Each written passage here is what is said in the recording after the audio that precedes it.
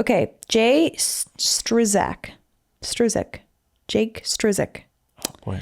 How do people get better at passing people? How do people get better at passing people? That's something that, like, as somebody that doesn't know much, when I watch a Supercross race, it seems like it can be extremely impossible. Oh, yeah, well, especially in Supercross because everybody is so good and everybody's or also, if they're sketchy. Everybody's also riding like the same lines or line.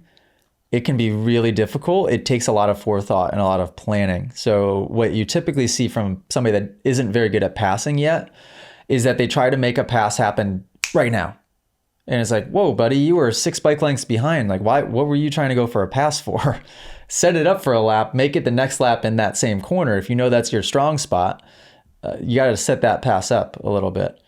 A lot of times pros, when you see them make a pass, that pass was set up 5 laps ago or a lap ago, or at the very least, they knew where their strong point was and then they set it up 2 or 3 turns. But it's almost never set up in 2 or 3 turns. Like a pass, I can at least speak for myself. This is how I ride. It's like a chess game. You are playing chess to figure out where that person's weak point is, where your strong point is.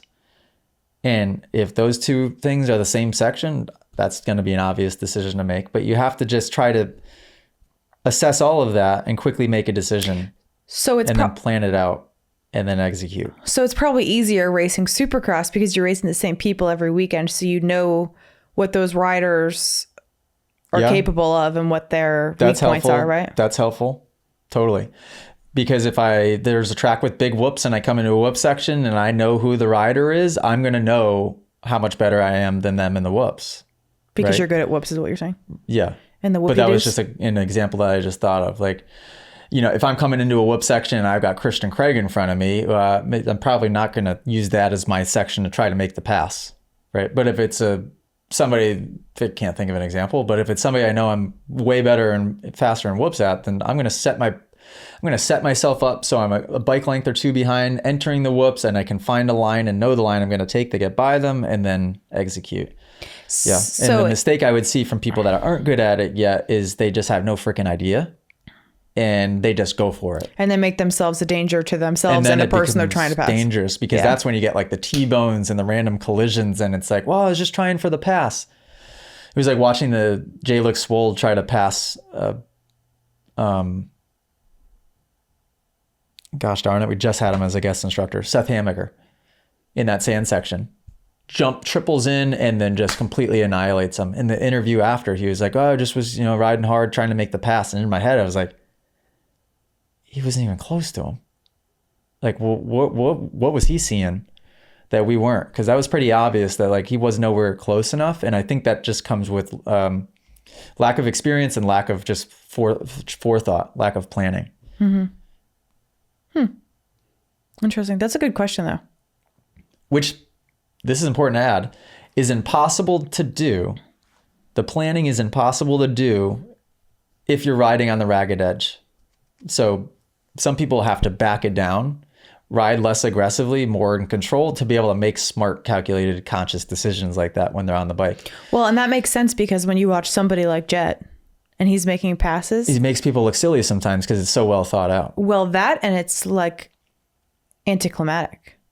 Like, it's slow. It's not super exciting. It just looks like he's passing them.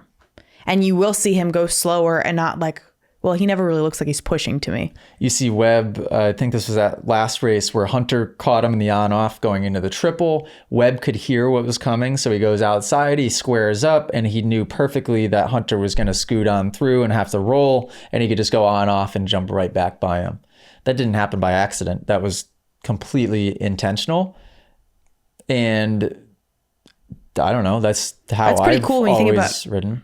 How much calculation goes into riding. So much. Yeah. And I don't think a lot of people ride in that way, but you should.